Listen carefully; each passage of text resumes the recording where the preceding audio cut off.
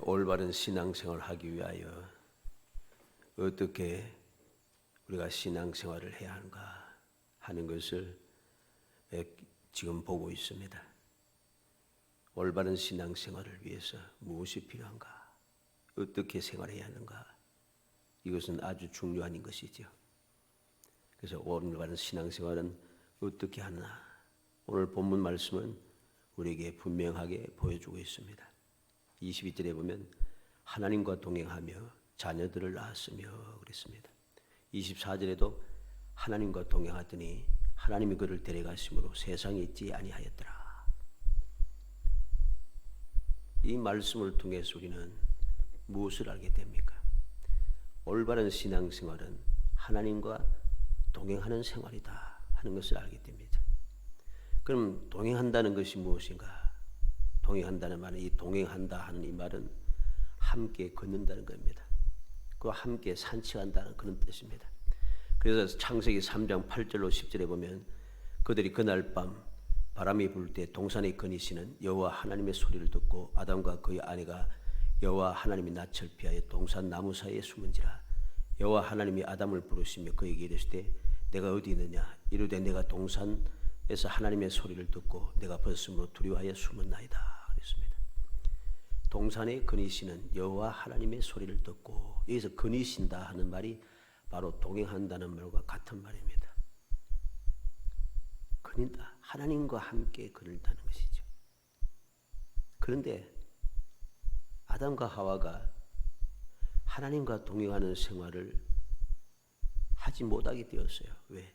하나님의 말씀을 어기고 죄를 지었다. 즉 올바른 신앙생활을 하지 않았다는 것입니다. 그래서 결과는 무엇입니까? 여호와 하나님의 낯을 피하여 동산 나무 사이에 숨은지라. 동행해야 되는데 동행하지 않고 숨어 있습니다. 왜 숨었습니까? 두려워하여 숨었습니다. 두려운 마음이 생기니까 하나님과 함께 거닐고 산책하고 거닐며 동행할 수가 없어요. 그런데 이 결과가 어떻게 되었습니까? 창세기 3장 23절 24절에 여호와 하나님이 에덴 동산에서 그를 내보내어 그의 근원이 된 땅을 갈게 하시니라. 이같이 하나님이 그 사람을 쫓아내시고 에덴 동산 동쪽의 그룹들과 두루 도는 불칼을 두어 생명나무의 길을 지키게 하시니라. 하나님의 말씀을 거역하고 올바른 신앙생활을 하지 않았고 하나님과 동행하지 못함으로 이제는 동행할 수 없게 되어버렸다는 것입니다. 동산에서 그를 내보내어 하나님과 동행할 수 있는 유일한 장소였는데 그 장소에서 내어 쫓김을 당했습니다. 그리고 이제는 그 산을 쫓아내시고 쫓아오고 난 다음에 그들이 다시는 그곳에 들어와서 하나님과 동행할 수 없도록 에덴 동산 동쪽에 그룹들과 두루 도는 불칼을 두어 생명나무의 길을 지키게 하시니라. 하나님이 못 들어오게 막아버렸어요. 이 동행할 수가 없게 되었다는 것이죠. 그랬는데 지금 에녹은 하나님과 동행하고 있다. 이 사실을 알아야 됩니다. 왜 하나님과 동행할 수 없도록 에덴 동산에 쫓아내 보내시고 들어오지 못하도록 막으셨던 하나님께서 어떻게 에녹과는 동행할 수 있었는가? 이유가 무엇이겠습니까? 에녹이 올바른 신앙생활을 했다는 것이죠. 이것 말고는 아무런 이유가 없습니다. 다시 말해서 믿음이 있었다는 소리입니다. 아담과 하와는 하나님에 대한 절대적인 믿음을 가지지 못함으로 말미암아 마귀의 꾀임에 빠져서 선악과를 따먹었습니다. 왜 따먹었습니까? 하나님과 같아지려고. 하나님의 같아질 뿐만 아니라 내가 하나님의 말씀을 거역해도 죽지 않을 것이다. 이런 사기꾼의 말에 넘어간 것이죠. 우리는 세상을 살아가면서 항상 명심해야 됩니다. 바로 이것이 신앙생활을 올바로 하고 있느냐 아니하고 있느냐 딱 드러나는 증거가 됩니다. 하나님 말씀을 거역하여 하나님과 같아질 것이다. 내가 죽지 않을 것이다. 이런 생각. 이건 올바른 신앙생활이 아닙니다.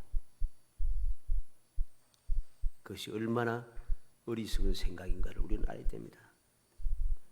오늘날 얼마나 많은 사람들이 바로 마귀의 게임에 빠진 아담과 하와 같은 그러한 생각, 그런 사고방식을 가지고 이 세상을 살아가고 있습니까? 죽지 않을 것이다. 하나님과 같아질 것이다. 내가 말씀대로 안 살아도, 내가 신앙생활을 열심히 안 해도, 내가 적당하게 교회 다니고 적당하게 교회 생활하고 또 그리고 열심히 세상에서 열심히 하면은 얼마든지 하나님과 같아질 수 있다. 다시 말해서 하나님께서 주신다고 했던 그 모든 복을 내가 얼마든지 누릴 수 있다. 착각하는 거죠. 그래서 얼마나 많은 사람들이 그러한 마음을 가지고 세상과 짝하고 하나님의 말씀을 거역하며 살아가고 있습니까? 이것은 마귀에게 유혹받고 미혹받아서 쉽게 말하면 사기당한 겁니다. 영혼을, 믿음을 사기당한 것이죠. 절대로 그럴 수 없는데 그렇다고 착각을 하게 되는 것입니다. 우리는 오늘 말씀을 통해서 하나님과 동행하며 올바른 신앙생활이 무엇인가? 하나님과 동행하는 것이다 하는 것을 우리가 마음에 깊이 새겨두고 우리의 믿음이 하나님과 동행하는 생활이 되도록 우리가 생각과 마음을 굳게 세우고 우리의 신앙생활을 하는데 힘쓰고 있어야 할 것입니다. 그렇게 된다면 우리는 에녹과 같이 기이한 은혜 가운데 기쁨을 누리며 살아갈 수 있고 하나님 약속하신 복을 누리는 복을 받겠다고 발부둥 치지 않고 복 달라고 부르짖지 않아도 예수님 말씀하신 대로 이 모든 것이 너희에게 있어야 할 줄 너희 아버지께서 아시느니라. 아시기 때문에 하나님께서 은혜를 주시는 거죠. 그래서 그 은혜를 누리며 살아가니까 발부둥 치지 않고 하니까 어땠습니까? 평안하잖아요. 평안하면서 그 모든 삶이 저절로 행복해지는 것입니다. 우리가 말씀을 통하여서 하나님의 귀한 은혜를 받아 누린 사람들 한번 보세요. 복을 주옵소서 하면서 막 발부둥 치고 하는 사람은 없습니다. 하나님을 믿고 하나님의 말씀대로 순종하며 하나님을 경외하며 살아가니까 하나님께서 그냥 주신 거예요. 예수님 말씀대로 너희에게 있어야 할 줄 아시느니라. 아시는데 주는 거죠. 그래서 복이라고 하는 겁니다. 내가 발버둥 치고 내가 무엇을 열심히 막 힘쓰게 해가지고선 받으면 그게 복이 아니죠. 그게 어떻게 복입니까? 오늘날 많은 사람들이 하나님 주신 은혜를 헛되이 받으며 배은망덕한 이유가 무엇입니까? 하나님께서 주신 복인 것을 믿지 않는 것이죠. 왜 믿지 않습니까? 내가 발버둥 쳐서 내가 열심히 일해서 내가 노력해서 내가 다른 사람보다 더 많은 사람을 알고 더 많은 도움을 받고 더 많은 일을 해서 내가 이렇게 되었다 생각하기 때문입니다. 결국은 올바른 신앙생활을 하지 않았다는 것이죠. 바로 그것이 타락하는 이유가 되고 하나님을 배반하는 이유가 되고 믿음을 저버리고 멸망을 향하여 달려가는 이유가 되는 것입니다. 오늘 고난주간을 시작하면서 우리는 이 말씀을 통해서 올바른 신앙생활은 하나님과 동행하는 것이다 라고 하는 사실을 깊이 명심하고 이제 에녹이 어떻게 하나님과 동행하는 올바른 신앙생활을 했는가 하는 것을 살펴보면서 앞으로의 모든 신앙생활이 하나님 인정하시는 올바른 신앙생활, 그래서 하나님 주시는 복을 자연스럽게 누리며 여러분의 모든 삶이 평안하고 행복이 넘치는 축복의 삶이 되기를 주의 이름으로 축복합니다. 먼저 에녹은 세상에 사는 365년의 생을 하나님과 동행했습니다. 이 말은 곧 그는 365년의 삶을 하나님을 믿고 살았다는 것입니다. 오늘 말씀에 뭐라고 했습니까? 에녹이 그는 365세를 살았더라 그랬습니다. 에녹이 65세에 무두셀을 낳고 무두셀을 낳은 후에 300년을 하나님과 동행하며 자녀들을 낳았으며 그는 365세를 살았더라. 에녹이 하나님과 동행하더니 그랬습니다. 그는 365년 이 생을 이 세상에 살아가는 그 생을 하면서도 가장 평범한 생활을 했습니다. 그러면서도 가장 이상적이고 복된 삶을 살았습니다. 그게 무엇입니까? 하나님과 동행했다는 것이죠. 하나님과 동행했다. 오늘 말씀을 한번 잘 보세요. 에녹의 삶이 대단하지 않아요. 뭐 하나님께서 동행하며 살 수 있도록 큰 일을 하고 대단한 일을 하고 뭐 뛰어난 일을 하고 그러지 않아요. 하나님과 동행하며 그냥 살았는데 어떻게 살았습니까? 에녹은 300년을 하나님과 동행하며 자녀들을 낳았으며 300년을 동행하며 자녀를 낳았으며 일상생활을 똑같이 했다는 소리입니다. 이 세상을 떠나서 산골짜기로 들어가고 어떤 곳이 한때 모여서 어떻게 하고 그게 아니고 일상생활을 하면서 하나님과 동행했다는 것이죠. 평범한 삶을 살았다는 것입니다. 가장 평범한 것이 가장 위대하고 복된 일인 것입니다. 우리는 이 사실을 명심해야 됩니다. 하나님께서 사람들에게 요구하는 것이 무엇인가를 올바르게 인식해야 돼요. 신명기 10장 12절로 13절에 보면 이스라엘아 내 하나님 여호와께서 내게 요구하시는 것이 무엇이냐? 곧 내 하나님 여호와를 경외하며 그의 모든 도를 행하고 그를 사랑하며 마음을 다하고 뜻을 다하여 내 하나님 여호와를 섬기고 내가 오늘 내게 행복을 위하여 내게 명하는 여호와의 명령과 규례를 지킬 것이 아니냐. 하나님께서 이스라엘 백성들에게 요구하는 것이 대단한 게 아니에요. 무엇입니까? 하나님을 경외하고 하나님의 말씀대로 살고 하나님을 사랑하고 마음과 뜻을 다하여서 하나님을 섬기는 것이다. 이게 바로 내 행복을 위하여 하나님께서 명하신 말씀대로 살아가는 것이라는 거죠. 대단한 게 아닙니다. 근데 사람들은 자꾸 착각하는 거예요. 미가서 6장 8절에 사람아 주께서 선한 것이 무엇임을 내게 보이셨나니 여호와께서 내게 구하시는 것은 오직 정의를 행하며 인자를 사랑하며 겸손하게 내 하나님과 함께 행하는 것이 아니냐. 하나님께서 요구하는 것이 무엇인가? 분명합니다. 대단한 게 아니에요. 하나님께서 요구하시는 것은 정의를 행하며 올바르게 살아라는 소리죠. 인자를 사랑하며 사람들에게 사랑을 베풀며 살아라는 소리입니다. 겸손하게 내 하나님과 함께 행하는 것이 아니냐. 하나님을 경외하라는 소리죠. 이게 바로 하나님께서 원하시는 것입니다. 선한 것이 하나님께서 선하다고 인정하시는 것이 무엇인가? 하나님께서 구하시는 것이 무엇인가?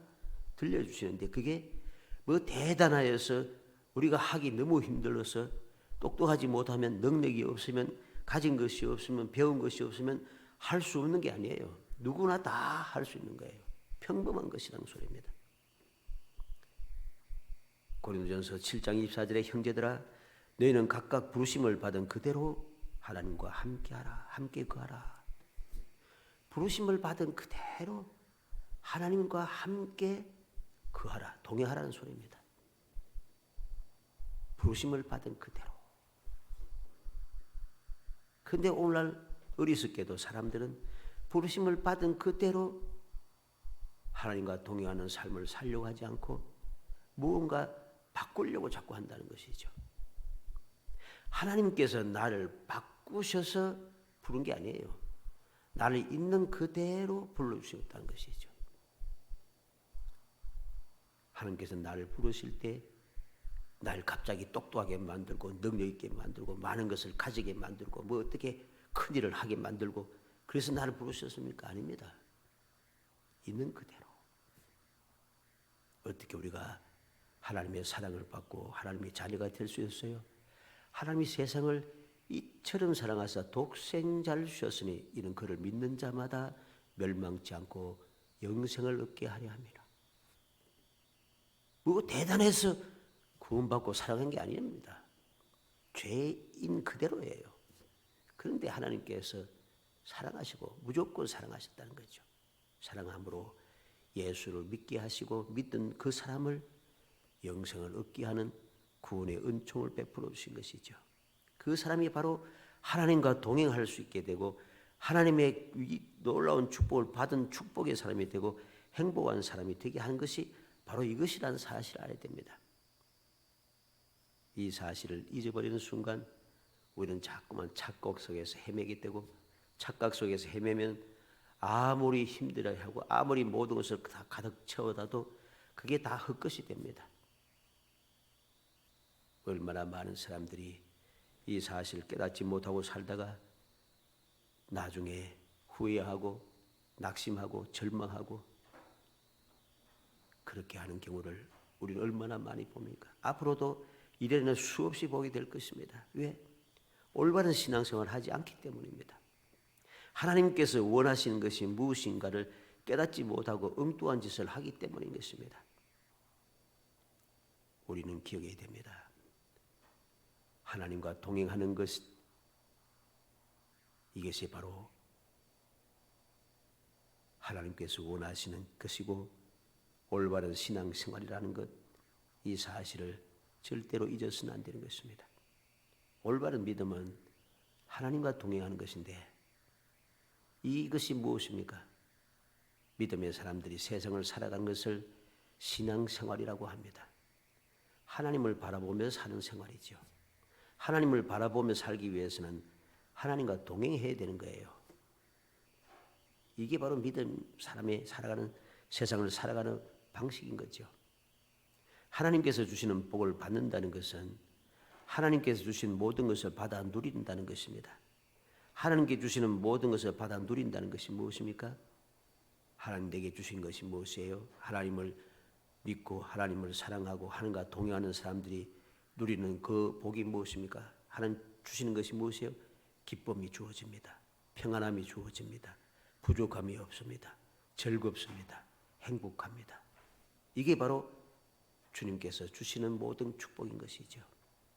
내가 아무리 세상 사람들이 복을 받았다 할지라도 이러한 기쁨과 평안과 풍요로움과 즐거움과 행복함이 없으면 그건 하나님께서 주신 것이 아닙니다. 그리고 그들은 복 있는 것이 아니라는 사실을 알아야 됩니다. 우리는 사드락 메삭 아벳노고를 생각하시기 바랍니다. 사드락 메삭 아벳노고는 사람이 볼 때는 그냥 한번 잠깐 우상에게 저를 한번 머리 한번 숙이면 될 걸 안 숙이다가 풀무불 속에 7배나 뜨거운 풀무불 속에 던져졌습니다. 그 순간에 볼 때 사람이 볼 때는 어리석기 짝이 없잖아요. 그런데 이 사드락 메삭 아벳노고는 하나님을 올바로 믿었습니다. 올바른 신앙생활을 했다는 거죠. 그렇기 때문에 우상에게 절하지 않는다는 것입니다. 우상에게 절하지 않아서 풀무불 속에 들어가도 아무 문제 없다는 것입니다. 불안하지 않습니다. 두렵지 않습니다. 평안합니다. 그리고 모든 사람들이 그렇게 잠깐만 숙이면 될 걸 숙이지 않다가 풀무불 속에 들어가 이제 끝에 죽었구나 했는데 어때요? 결과는 그렇지 않습니다. 세 사람은 7배나 더 뜨거운 불 속에 던져졌지만 신기하고 평안하고 즐겁고 행복했습니다. 그랬을 것이라고 믿습니다. 왜? 느부갓네살 왕이 놀랄 정도였어요. 깜짝 놀라서 일어납니다. 우리가 세 사람을 풀무불 속에 던졌지 않았느냐. 근데 네 사람이 있구나. 네 사람이 풀무불 속에 유유히 거닐고 있구나. 그 중에 한 사람은 하나님 같다. 깜짝 놀란 것이죠. 밖에서 보는 사람들이 처음에 생각했던 생각은 사라지고 놀랄 수밖에 없는 기적의 역사가 일어났는데 그 기적을 친히 체험하고 하나님과 함께 풀무 속에서 유유히 거리는 사람은 기분이 어떻겠어요? 너무 신기하잖아요. 불 속에 있는데도 괜찮아요. 전혀 불안하지 않아요. 안전하고 평안하니까 저절로 즐겁고 행복한 것입니다. 아, 내가 하나님을 믿었더니 죽어도 좋다 했더니 하나님께서 나를 살려주시는구나. 행복할 수밖에 없는 것입니다. 다니엘은 비록 굶주린 사자들이 있는 굴 속에 던져졌지만은 그는 두렵지 않고 평안하고 즐겁고 행복했을 것입니다. 왜? 다니엘아 살았느냐? 하나님이 너를 구원하시게 능하였느냐? 아무 염려 따위 없습니다. 여호와께서 이미 먼저 사자를 보내어서 사자의 입을 봉하셨다는 사실을 그는 당당하게 이야기하고 있습니다. 얼마나 놀랐겠어요? 얼마나 즐겁고 신기하고 행복했습니까? 생각해 보세요. 그리고 주님께서 이 땅에 오셔서 첫 번째 행하셨던 그 기적을 우리는 생각합니다. 가나의 혼인잔치에 물이 가장 좋은 포도주로 변하는 것, 이것을 본 제자들은 얼마나 신기하고 즐거웠겠습니까? 한번 봐요. 물을 돌 항아리에 가득 채웠는데 그 항아리에 채우는 그 샘물이 가져가서 보니까 이제까지 맛본 적이 없던 가장 좋은 포도주가 되더라. 놀랍지 않습니까? 이게 바로 올바른 신앙생활, 즉 주님과 동행하고 하나님과 동행하는 사람들이 누리는 놀라운 축복인 것입니다. 그렇게 해달라고 하지 않아도 하나님과 동행하면 자동으로 그렇게 행복해지는 것이죠. 이렇게 하나님과 동행하고 함께하는 그 즐거움과 평안함과 행복함은 말로 다 할 수 없는 것입니다.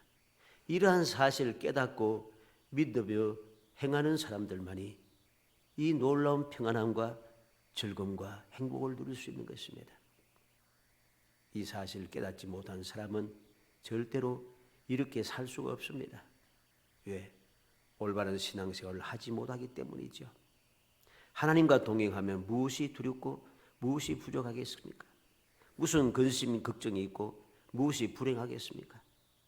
무조건 범사가 감사할 것뿐입니다. 그래서 바울 사도는 복음을 전하면서 예수를 믿고 나서 복음을 전하면서부터 고난의 시작이었습니다. 고통의 시작이었고 환난의 시작이었습니다. 그럼에도 불구하고 그는 너무나도 기뻐하고 즐거워하며 감사했습니다.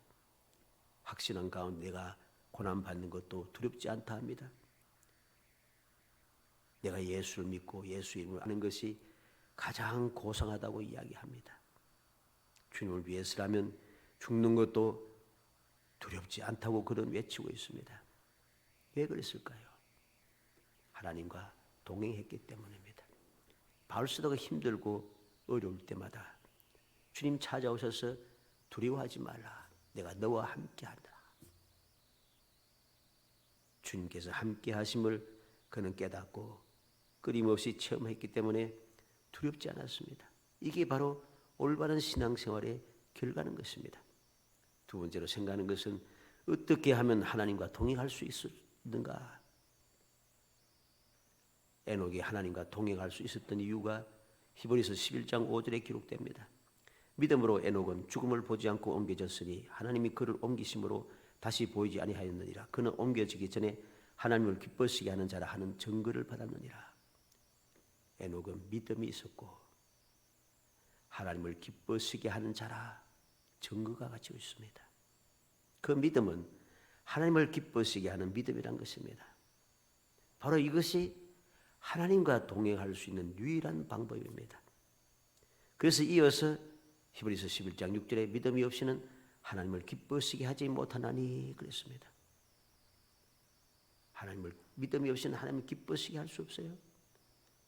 믿음을 가진 그 사람은 바로 하나님께서 상 주신 것을 또한 믿기 때문에 그 삶이 항상 행복할 수밖에 없습니다. 왜? 하나님께서 상 주신 것을 믿으니까 하나님을 떠날 수가 없는 거예요. 절대로. 떠나지 않고 하나님과 동행하니까 계속해서 하나님 기뻐하심으로 동행하는 그 귀한 복을 누리게 되는 것입니다. 그래서 그 모든 삶이 즐거워지고 행복해지는 것이죠. 두려움이 사라지는 것입니다.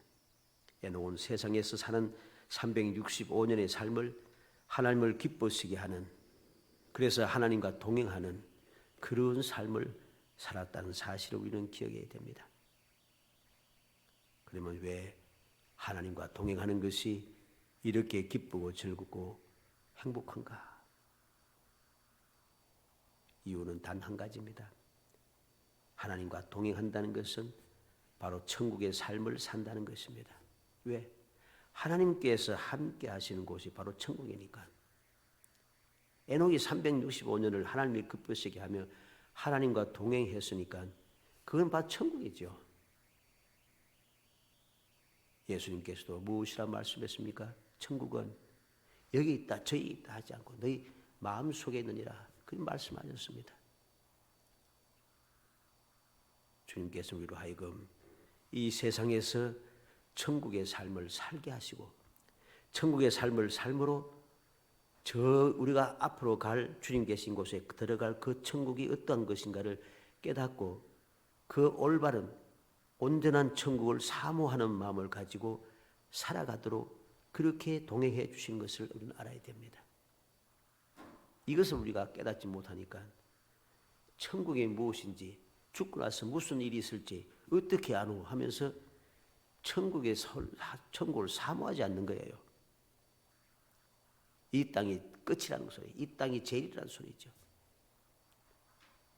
이 세상에 취하여 천국을 사모하지 않으니까 그들 신앙생활을 올바른 신앙생활을 하지 않고 올바른 신앙생활을 하지 못하니 하나님을 기쁘시게 하지도 못하고 하나님과 동행할 수도 없게 되는 것입니다.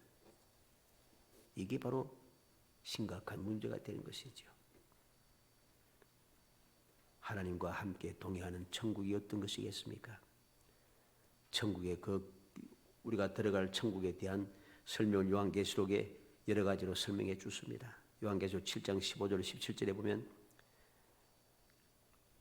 하나님께서 밤낮 없이 그들 위에 장막을 치신다 했습니다.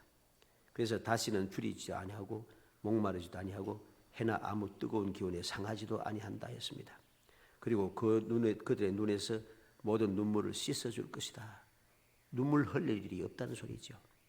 요한계시록 21장 3절로 4절에는 하나님의 장막이 사람들과 함께 있음에 하나님이 그들과 함께 계시리니 모든 눈물을 그 눈에서 닦아주시니 다시는 사망이 없고 애통하는 것이나 곡하는 것이나 아픈 것이 다시 있지 아니하리니 모든 눈물 흘릴 일이 다 없어져요. 죽음도 병든 것도 애통할 것도 아픈 것도 슬픔도 아무것도 없습니다. 그러니 행복할 수밖에 없어요. 요한계시록 22장 3절에는 다시 저주가 없으며 아담과 하와가 죄를 범함으로 말미암아 저주가 이 땅에 임했습니다. 모든 것이 저주받았다는 것이죠. 그런데 다시는 저주가 없다. 천국 하나님과 동행하는 곳에는 저주가 없습니다. 요한계시록 22장 5절에는 다시 밤이 없겠고 다시는 밤이 없어요. 밤이 무엇입니까? 단순하게 어두워서 밤입니까? 아닙니다. 우리에게 절망이고 희망이 보이지 않고 아무것도 이룰 수 없는 그런 상태가 바로 밤인 것이죠. 그런데 하나님과 동행하는 천국은 다시는 밤이 없습니다. 그러하죠. 하나님과 동행하는 올바른 신앙생활을 하는 사람들에게는 슬픔이 없고 저주가 없고 또한 밤이 없으며 우리의 눈물 흘릴 일도 없는 그런 놀라운 축복 천국의 삶이 항상 함께하게 됩니다. 왜? 전지전능하신 하나님께서 나와 함께 지금 동행하고 계시기 때문이죠. 이게 바로 믿음의 사람들, 올바른 믿음의 삶을 살아가는 사람들이는 놀라운 축복인 것입니다. 그래서 그들은 행복한 것입니다. 이러한 사실을 깨닫는 사람들은 오늘도 세상이 어떻게 변하든지 다른 사람들이 어떻게 믿든지 전혀 상관없습니다. 누가 몰아서 손가락질하고 저런 거 비웃어도 아무 상관없습니다. 하나님과 동행하기 위해서 올바른 신앙생활을 힘씁니다. 올바른 신앙생활이 무엇입니까? 하나님을 믿는 것이고 하나님을 기쁘시게 하는 것이라는 거죠. 간절히 바라기는 우리 모든 성도들이 이 세상을 살아가는 동안에 예수님 약속하신 대로 천국의 삶을 살기 위하여 에녹처럼 믿음을 가지고 하나님을 기쁘시게 하고 올바른 신앙생활을 하여 하나님과 계속해서 동행하는 삶을 살아가므로 여러분들의 모든 삶이 누가 뭐라고 해도 천국의 삶이 되고 그 천국의 삶을 살아가기 때문에 올바른 천국, 주님 계시는 그 온전한 천국에 들어가기를 사모하는 마음이 시간이 흐를수록 더욱 자라고 더 풍성해지고 더 간절해지는 정말 복된 성도들이 되시기를 주의 이름으로 축복합니다. 이 한 주간도 고난 주간도 바로 올바른 신앙생활 무엇인가를 묵상하면서 주님의 그 은혜를 더 마음에 새기고 주님 원하시는 것이 무엇입니까? 더욱더 마음에 새겨서 주님 기뻐하시는 뜻대로 살아가고 그래서 항상 어디에서 무엇을 하든지 하나님께서 함께 하시는 동행하시는 그 기쁨 그 행복을 누리는 성도들이 되시기를 주의 이름으로 축복합니다.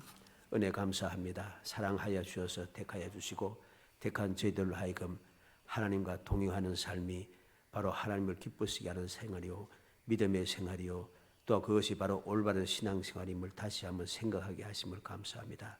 주여 저희들에게 올바른 믿음을 주옵소서. 올바른 믿음을 가지고 올바르게 신앙생활하여 언제 어디서 무엇을 하는지 항상 하나님과 동행하는 삶을 살게 하시고 하나님을 기쁘시게 하는 삶을 살아갈 수 있게 해주시기 원합니다.